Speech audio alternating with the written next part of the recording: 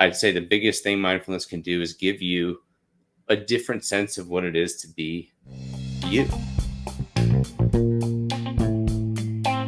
Hey y'all, grab those headsets. It's time for another episode of 911 Delta Tethered for Life podcast. We're your crazy host, Quesadilla. And Annabug. Hey y'all, thanks for joining us for another episode of 911 Delta Tethered for Life. This podcast may not be suitable to all listeners due to language and subject matters. Please listen with care. Hey y'all, welcome back to the 911 Delta Tethered for Life podcast. I'm your host, solo host this week, Anna Fox, and I think you're in for a fascinating conversation. This week, I interviewed Josh Grandinetti, founder of Foundation Fortified and current fire captain. We jump into the world of mindfulness for first responders. Josh is intent on sharing his practice without any of the dogma or stigma that can be attached to meditation. If just 10 minutes a day can significantly improve resilience, emotional regulation, and overall well-being, shouldn't you give it a try? Grab those headsets and listen up. All right, well, welcome, Josh, to 911 Delta Tethered for Life. Tell us a little bit about yourself and Foundation Fortified. Well, my name is Josh Grandinetti. I've been a fire captain now for about 5 years. I've been in the fire service for going on 15 years, and I've been a paramedic 12 of those. I've recently been injured at work, and so it's kind of given me the opportunity to start Foundation Fortified, which has kind of been one of those ideas that kind of sits on your shelf. You're hoping to get around to one day, and just it's hard to, right? And after this injury, time away from work is just given the opportunity to get it off the ground, get it started, and hopefully introduce it. So, what made you decide to get into this crazy public safety life? Oh man, well, I tell people all the time, I was going to college to be a neuroscientist of all things. I wanted to study the brain. I wanted to study the mind. And I was going to community college, and I just took a small class. It was a CPR first aid class they were offering. And it was a Tempe firefighter, a local firefighter, who taught the class. And she was just the coolest person I'd ever met. You know, she just had all the know-how. She was just always in a great mood. She was just such a force. Anytime there was a problem, she had a solution.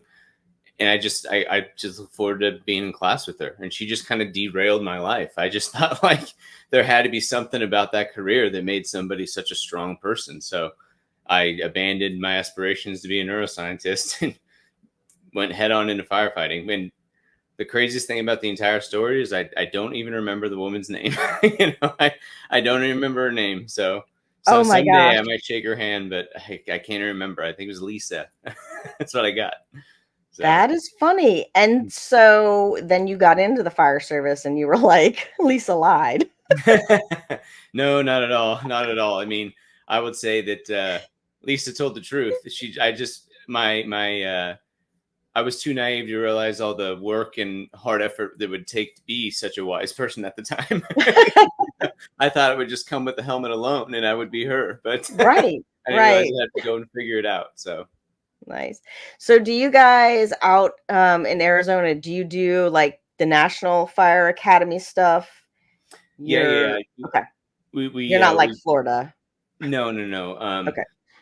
Phoenix Fire kind of has their own set of volume 2 that we all kind of observe, right? Okay. They have their own operating guidelines. They've become such a big department in the area that they've kind of bent the entire state toward their policies. But we definitely observe all the same standards and everything that we would see anywhere else. You know what I mean? Obviously, I work for a small rural department for Eloy, Arizona. So it's a very small department. The city of Eloy itself is mostly known for skydiving. It's the #1 skydiving place in the world, actually. So that's what Eloy is known for. Mm-hmm. Does that make for some interesting calls? I've had my fair share of bouncers. I've had my fair share of them. Truth be told, Eloy is a very safe place to jump out of, but you do it long enough in the area, and you're going to be on shift the days where it's anything but safe for one person at least, right? So I've had my fair share. It's so funny, I guess. I don't know, the first agency that I worked for, also small rural department, and they have a skydive, and it's very popular. And it's so weird, but I guess, I don't know why you would think that it's weird to be in this out in the middle of nowhere, Mhm. Virginia, because where else would you skydive? Like, you're not going to do it in Fairfax County, right? So, it makes sense, but again, it doesn't make sense. So yes, and it is very safe, Well, but but that's one of the reasons why Eloy is number one in the world. you It's get, always the perfect weather. There's yeah, very few trees out here. They can predict right. the winds very safely. So like Eloy just happens to be in this one area where the winds kind of avoid the area. The weather's always predictable. It's always 1,000 degrees. Right. So you're just jumping. Which means it's not as cold when you're up high Yeah. as And it briefly lasts for the med. That's actually why people right. skydive, just to get out of the heat for that brief I moment. believe it. Yeah, I might have tried it if I was in Tucson long enough. Got to get me out of here. Oh my gosh. Oh, neat. Okay. So what made you, I guess, what started your desire to do the Foundation Fortified? Because you said it's been cooking in there for a little bit.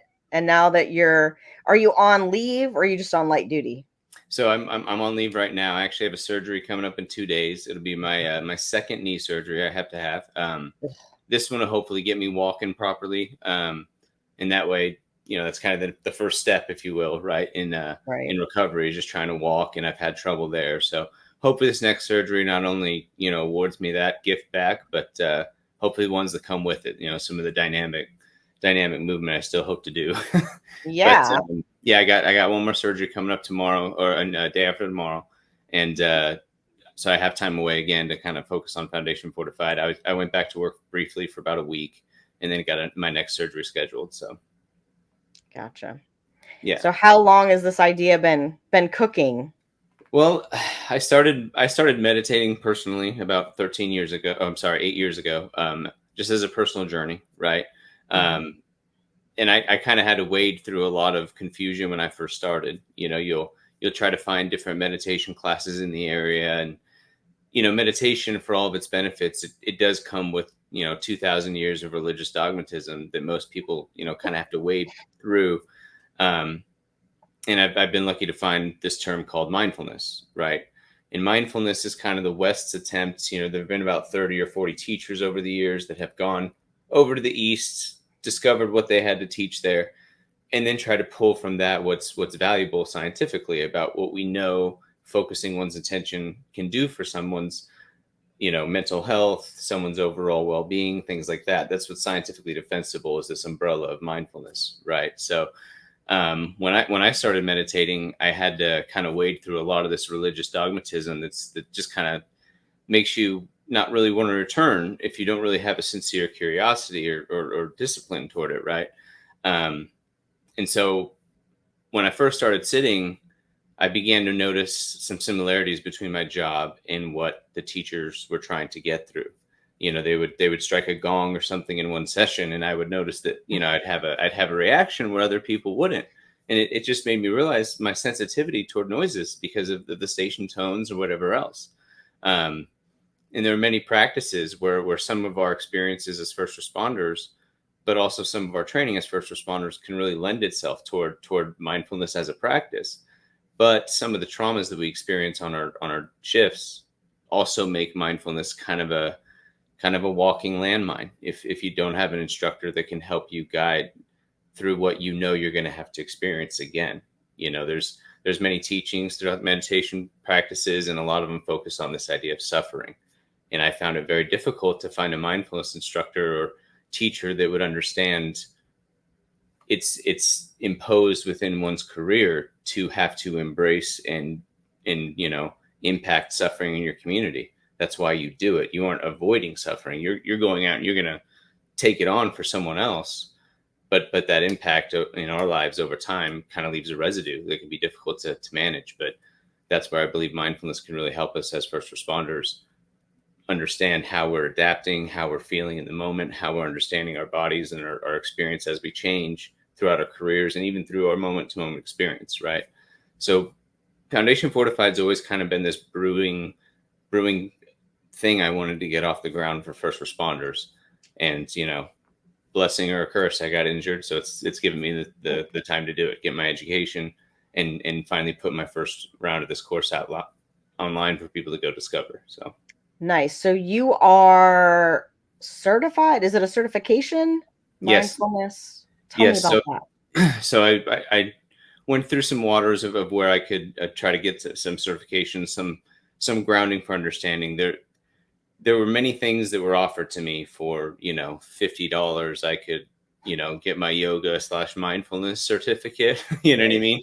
And someone who actually very much respects what mindfulness, what meditation is for human culture, for human beings, I wanted to get a deep education. So I did look up some resources online on where to go.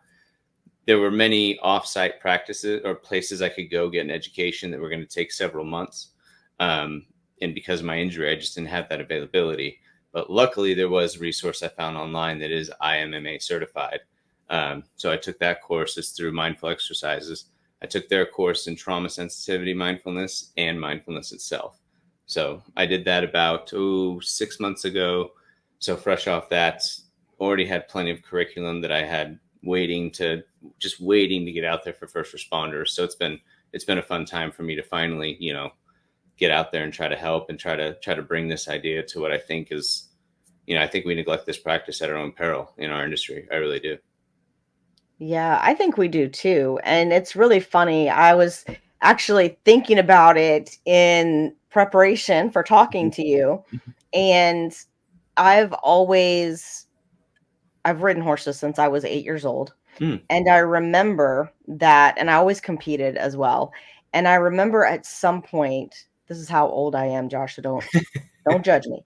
But my parents bought me these cassette tapes. It Mm. was a series, and it was called Riding with Your Mind. I'm pretty sure that's what it's called anyway. Um, and it was it was basically about visualization techniques, right? Mhm. And Mhm. I'm sure there was more mindfulness in there than I remember because at the time Of it course. didn't. But anyway, I remembered this, and I remember like thinking, God, this is kind of hard. Mhm. And and I would be trying to visualize. I used to ride jumping horses, so I would try to visualize, Mhm. and I would get lost like halfway through, and I'd, and come back to it. And so then in college, I actually studied sports medicine Okay. and was a certified athletic trainer. And of course, that was also mindfulness, I think, as a whole, and like meditation was just sort of starting to be talked about then, but visualization techniques were Okay. big still Mhm. for athletes, right? Mhm. And so especially for whatever reason, like the track athletes were all into that, especially the jumpers and the throwers. That was, they were really into that stuff. So little bit of education with it there. And then I lived in Germany for a couple years. They're Mhm. more into that sort of thing. So, like another, little bit of a layer. And when I came back to the States, I got into a yoga class, Okay. funnily enough. Mhm. And it was really my first formal introduction to yoga. And she would always do like this little mindfulness practice. Mhm. Mhm. And then I had children, and my kids are only 18 months apart. And so there was a large part of time where I was actually not riding Mm. horses at all, or very limited, right? And I was struggling. Like, wow, it was really hard. And I always knew that being on the horse was like it did something for me. And so I started looking, more into the mindfulness thing. And it occurred to me one day, I was like listening to actually another horse guy talk about meditating. Mhm. And he was saying, I'm actually terrible at it. He's like, "Oh, we should all be terrible at it, really, because that's the practice, right? Is Mhm. to your mind wanders and then you bring it back." Mhm. Mhm. And I was like, no. When I am writing, that's the only time that my mind doesn't wander. Like, Mhm. I'm focused, right? I'm there, I'm Mhm. present, I'm with whatever's happening, between me and the horse, and when I got back into it again, I started to get back into it after having 2 kids, and I was like, "Oh my gosh, this is crazy how much it affects my mental health." And at that time I had gone to part-time dispatching. And so then I was getting sort of a little more of an outsider's view of, I'd go in and I'm like, "Oh, that's bad energy," and so it has really since then. And so my kids are 7 and 5 now, or 7 and 6, sorry, he'd kill me. 7 and 6. And the other one's almost 8. So I've gotten more interested in it, and definitely practice more, because when you have 2 screaming kids around, I mean, they're boys. I listened to another podcast that you were on, and you said you have 2 boys too, right? Yes. So I have an 11-year-old and a 9-year-old. Oh, yeah. So So I yeah. definitely know raising boys, but they're such a blessing. They're so much fun. I'm Oh, so yeah. lucky to have them. But you do, once again, just like you earn your collection as a firefighter, you got to earn your collection as a father. It seems like. Oh, yeah. But there's a lot to talk about some of the experiences you shared there. But the one that hooked me the most was the one talking about your horse, obviously, and talking about what riding has done for you. And you said somewhere you had to take a break because you became a mother, which obviously no better way to take a break than becoming a mother. But you never do know when that last time you're going to be able to ride a horse is, though, do you? Right. You really don't know. And you know what many of us try to relate mindfulness to as just non-practitioners of the mind are these flow experiences that we can discover in things that we love to do, right? There are these moments where hours have maybe passed by and you've just kind of watched your hands create this thing that you were almost not present for, right? You were just part of the experience, and that is a very mindful state that we can have just in normal awareness, right? But these kind of just glom onto us in our lives, whether and we're just lucky to have that flow experience for the duration that it will, right? Whereas mindfulness meditation, an actual practice, is what you're doing on the cushion is you're just trying to notice what is arising at any given moment, and anytime you become distracted from that project, to just notice and to come back to awareness, right? And whatever that Right. means for you at the moment. We can get into like some of the disciplines, some of the practices, some of the techniques, but flow experiences are very different from mindfulness practice as just a discipline, because when we're sitting there trying to be mindful, we're going to fail, and the number of times we fail, right?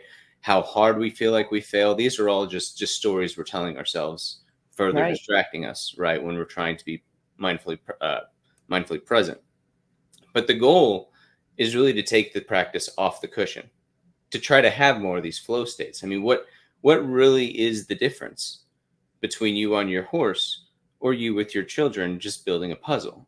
There Right. really is no difference. And we tell ourselves this lie that we need to either spend a certain amount of money, buy a certain plane ticket to a certain destination to be present, to have fun, to be in the moment, right? Where we can really find that in any given, there has to be something here worth enjoying, right? There has to be something in this moment, in this conversation, that's worth having. And that's what mindfulness meditation can really teach you. Is there are so many things that we try to do to find happiness, as responders, as humans, as just people. We want a drink of a certain temperature, of a certain flavor, of a certain size, and if it's none of those things, it's nothing. Right. If it can't be all of those things, and we constantly are just, your mind's two jobs really are to keep you safe, right, and to keep you mildly dissatisfied with your experience. People don't realize that one of their brain's biggest job is to keep you slightly dissatisfied, which is why our achievements kind of disappear in our hands as we get them, and why the coffee that we waited in line 15 minutes to get now has too much ice, and it's not, and now we're frustrated we lost the experience, right? You Right. know, we all live our lives in this way, and we don't notice it. And mindfulness meditation can kind of help you cultivate your attention in a way that you just give your attention to what matters, and let slip away doesn't. You know, it's not that you won't have emotions, it's not that you won't have thoughts. It's just the ability to not live out the consequences of those thoughts and emotions. Does this make sense? Oh yeah. Yes. And I think that is so hard for a lot of responders because I was listening to actually a video earlier that was talking about the benefits of mindfulness and how, you know, you can start to create your experience rather than sort of like you're saying, kind of be a victim of it, right? Mm-hmm. And we get so, and I don't know, sometimes my husband's a firefighter medic too. So I'm sometimes I sorry. wonder. Yeah, I wonder. Y'all, like, I don't know. You're not nearly as jaded as a lot of the dispatchers. I don't know why, but anyway, I think y'all just have more fun. But so we dispatchers in particular, like Mhm. you're just 99% of the time the next call is going to be because somebody's iced coffee did not have enough ice, or it had too much ice, or was not the right size. Yeah. Mm-hmm. And they waited 20 minutes in the drive-through at Starbucks and, Mm-hmm. Mm-hmm. and now Starbucks won't give them their $4 back or whatever. Mm-hmm. So, it's we kind of start to create this thing. And then what happens is when you get a major incident or you Mm-hmm. get really busy, Mm-hmm. you get into your flow state Mm-hmm. and then you forget about it. And then it becomes that adrenaline rush, right? Well, when I get that, I get into my flow state and then I'm good. Mm-hmm. So then we turn into these adrenaline junkies, Yeah. right? Yes. Yeah. I mean, I would definitely say that, you know, obviously the life of a responder, you know, the life of a dispatcher, you know, I have nothing but respect for dispatchers. You know, I've always told my crew, because the tendency is we tend to notice when dispatchers don't get it right, but we fail to realize the 1,000 times they do. And I tell my crew this, right? Like, you know, the nice thing about being a firefighter and, you know, letting the fire get a little out of control is who's going to know the difference if you burned only half a room or 2 rooms. You're still heroes at the end of the day. You Right. know?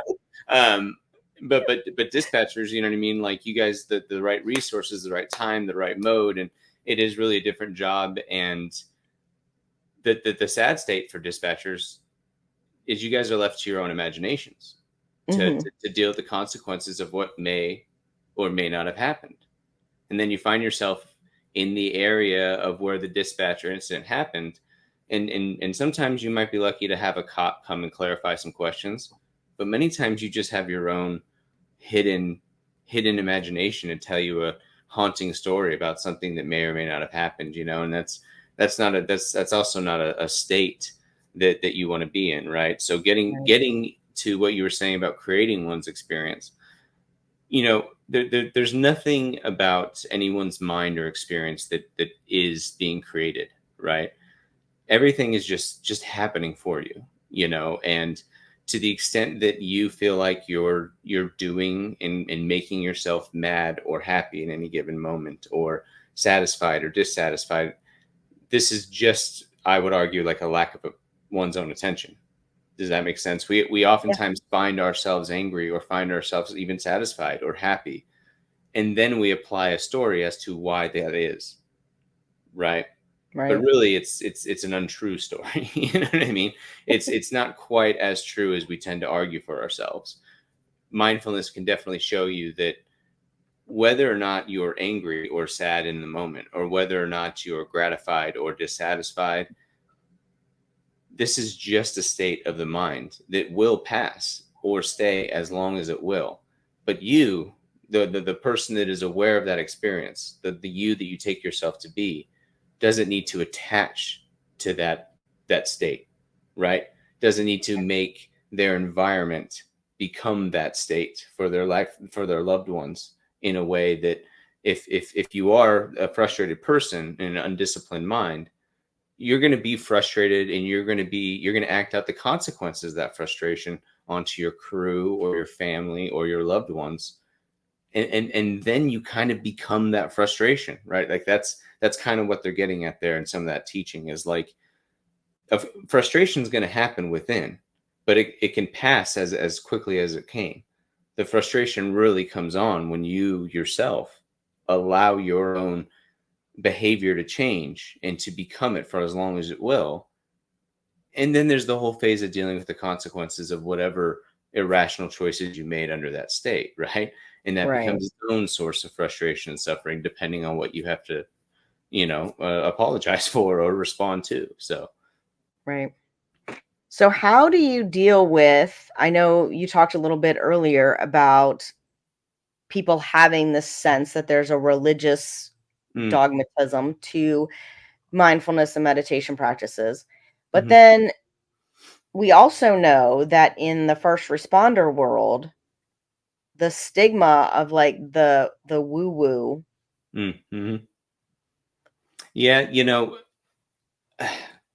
of course, as an advocate of mindfulness and as an advocate of meditation, there's a whole spiritual context of just like deep meaning and purpose that you really can have.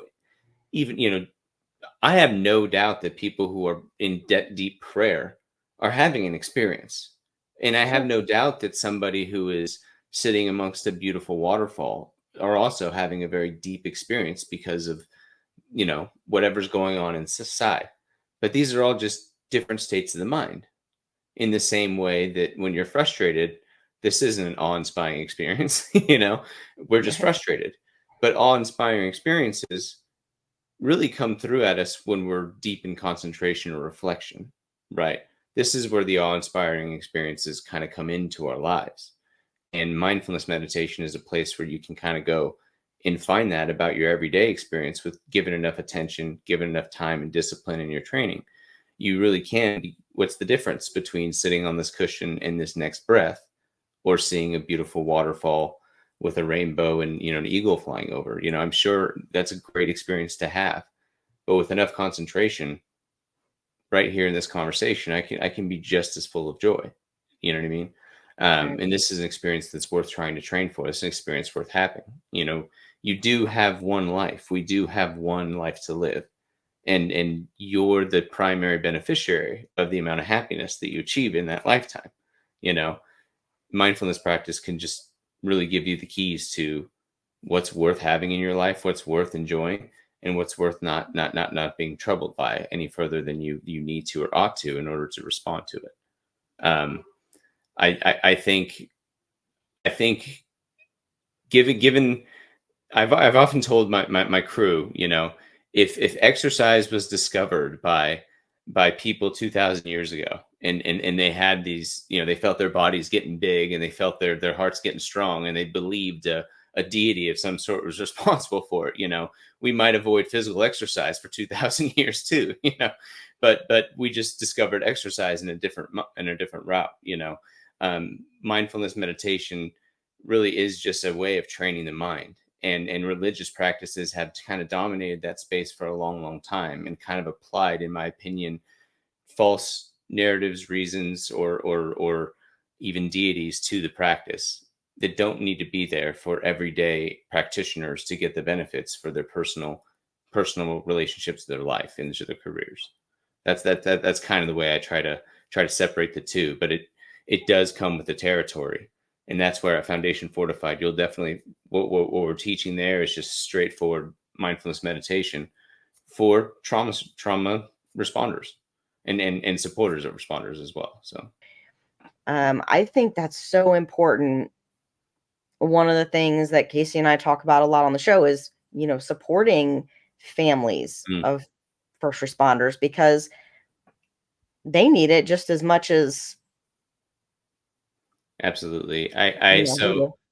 you know I have a wife. I've been married for 13 years. I have two boys, and this injury's kind of given me some pretty pretty clear understanding of what it must be like for most firewives.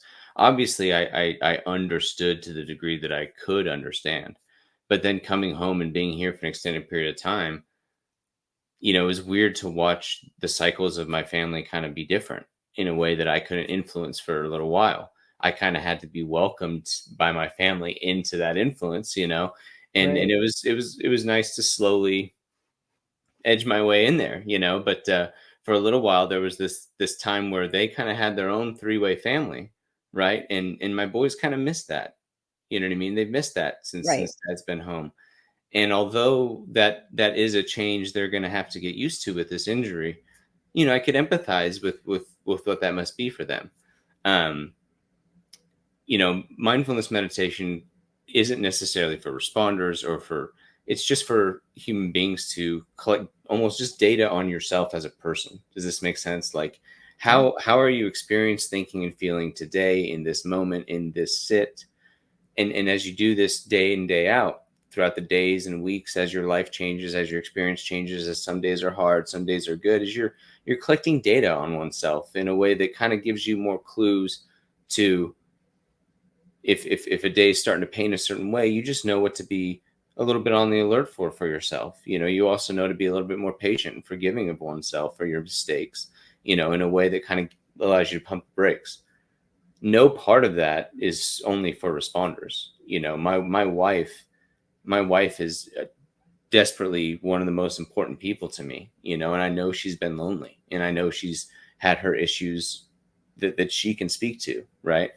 And as far as teaching mindfulness to children, I am learning as I go. Okay. I'm learning as a mindfulness instructor, but, the resources for teaching mindfulness to kids are kind of difficult. They're a little difficult out there. And I hope Foundation Fortified can be a really good resource for parents that do want to share that with their kids, that they find mindfulness itself valuable. I do hope that there's a way that we can, teach groups of children, at different age ranges, different techniques, but that's to be discovered. Yeah. I Because I think people are we're so about going through life and with these experiences and getting everything done, right? Mm, Checking the boxes, doing XYZ and um not taking the time. And I remember back actually the first agency that I worked at, my husband worked at the same agency at the time, and they they put in this like 2-hour personal development time in mhm, their day. mhm, And I was like, well, it must be nice. Well, 2 hours of just, you know, mhm, we mhm, didn't get that. Now, mind you, we work 12-hour shifts, not 24s. mhm. But, it's interesting though. Like, we should be doing that. We should be building that time in for ourselves and not just constantly running. Like, your brain needs time to shut down Well, and and rest. surprisingly little, you know what I mean, as far as mindfulness would instruct, to get the benefits of mindfulness, we're really talking about 10 minutes a day of Right. inspection. You know what I mean? Yeah. To sit there and try to maintain one's awareness on the breath, or to practice a simple technique of mindfulness, about 10 minutes a day really does get us some very good benefits. Being a little bit more patient, being able to cope with our emotions, being a little bit more resilient. Only about 10 minutes a day can rid us of so many of these hurdles that we deal with as people. You know, there are plenty of people that spend hours and hours a day being mindful, meditating practitioners of the mind. But this isn't what we need to do just to get a basic practice off the ground where we're getting some benefit. All of us can go and try to train for a marathon and train 8 hours a day in cardio. But again, about 20 minutes, 4 or 5 times a week is kind of what we're being taught just to maintain basic health. And mindfulness is kind of about 10 minutes a day is about what we need in order to maintain a strong practice. Yeah. I was Funny that you say that because I was watching, I think it was an interview with Jerry Seinfeld. I could Mm, be wrong, but I think it was Seinfeld. And he was talking to the interviewer about meditating. Mhm. And you could tell that the person interviewing him wasn't, that wasn't in his wheelhouse. And so he asked Jerry, like, well, why? And Mhm. he's, well, you have to time, to give your mind a rest and to, recharge. And he said, well, don't you do that when you sleep? And Seinfeld says, have you ever looked at your bed when you wake up in the morning? He said, does it look like rest happened there? Doesn't feel like it either. The older I get, it doesn't feel Right, like exactly, right. it And feels I like I'm thought the fighting for same my thing. life. Yeah. Yeah, And no, yeah. I would agree. I would agree. The when during sleep, our minds obviously are doing important work there. Yeah. And there's the whole topic of dreams that we could get into. That's a whole other topic. I wouldn't even consider myself nearly expertise enough to understand what's going on with the dreams in the mind, right? But I would definitely argue that the difference is when you're trying to be mindful of any given experience, whether you're meditating or you're just trying to be mindful of any given experience that you're having, you're trying to cultivate your own attention in a certain direction. Does that make sense? Yeah. Whereas normally we're kind of just bouncing around in our heads, right? You'll be listening to this podcast and you'll be thinking about a conversation that you were having earlier that day. Or we'll be listening to this podcast, so we'll be rehearsing a conversation we're going to have later on tonight. And this is just the normal state of our lives. And we don't realize that we're kind of always just talking to ourselves. We're kind of just Yeah. always, we're always at the mind's back, pushing us wherever it's going to go.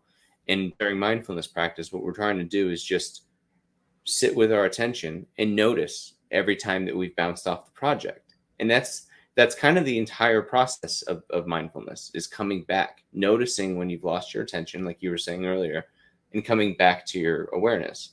And this is just like a bicep curl for the mind, right? Every time you do this, people tend to get frustrated with this experience because they can't calm their mind, right? They can't stop their minds from thinking, and they don't realize how many reps they're missing there. Those are all important reps, because eventually you become very sensitive to when you've lost your attention. You become very sensitive to it, and that sensitivity allows you to live your life and to hone your attention in a way that you don't find yourself losing 20 minutes of your screen time. You came in to have this conversation with somebody that you cared about, and you forget that you've just watched 20 minutes of video, and now they're late for wherever they were going to go do. And this was our one opportunity to see our 14-year-old that day, right? This is what it's like to live in an untrained mind, let alone what it's like to be a responder in an untrained mind.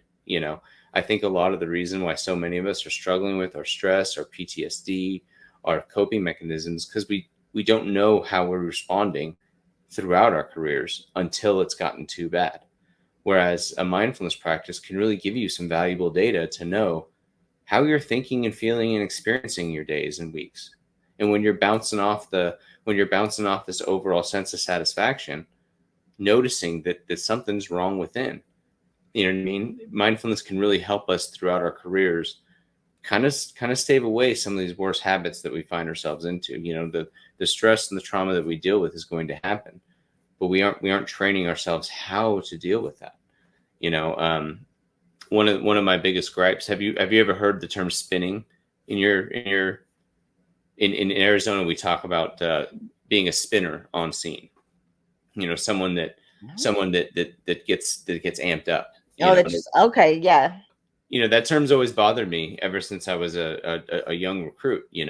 This person's a spinner, or that person's all spun up, or because it just admits Yep. as a collective failure, in my opinion, as an industry to deal with and train somebody through anxiety. Here we have this otherwise healthy young civilian that wants to serve their community, and they got the right physicality. We'll train you through that. Get the right education. We'll train you through that.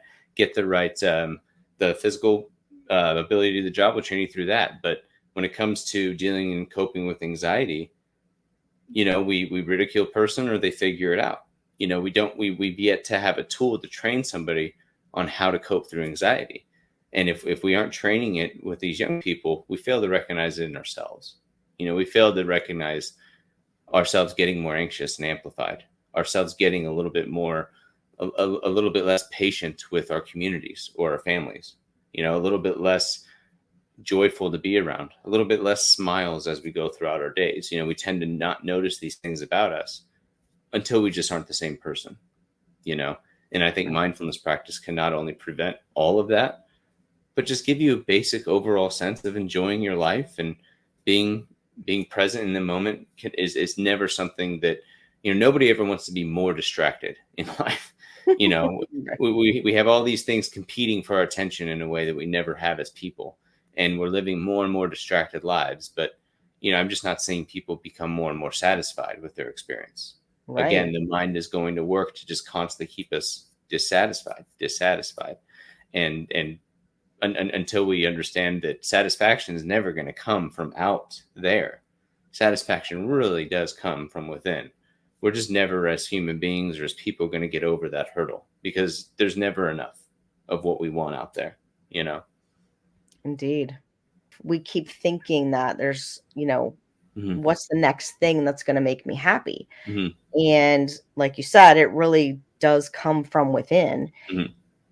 And I think responders especially have a hard time with that because of all of the things that you see or hear Hmm.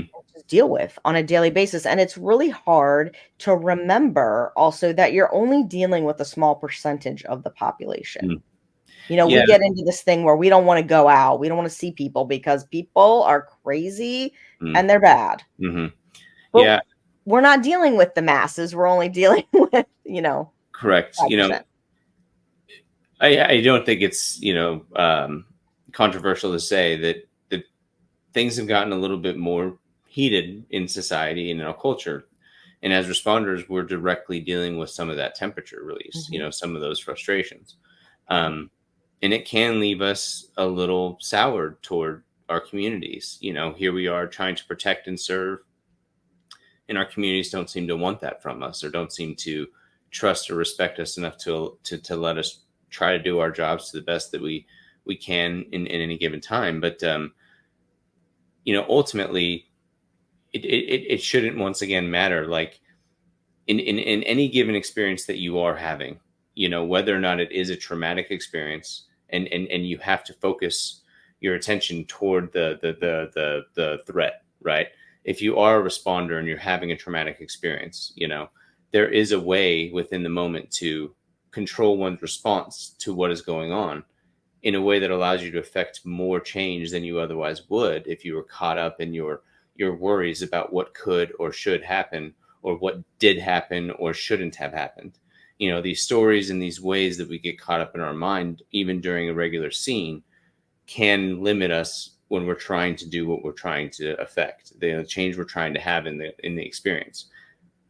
But when you are a first responder, getting within the community and dealing with the traumas in that community, we tend to feel like that's all our community is after a while.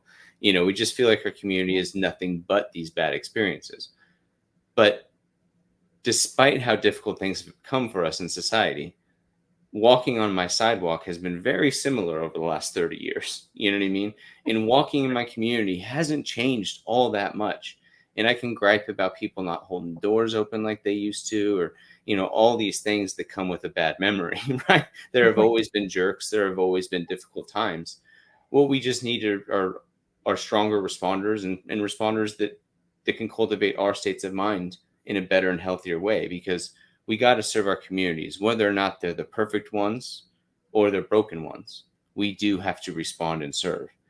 And the best we can do for ourselves is to cultivate a state of mind that allows us to do that and not fight for things that should be or could be within our communities. Obviously, we want to fight for those things in the way that we can by making those changes every day.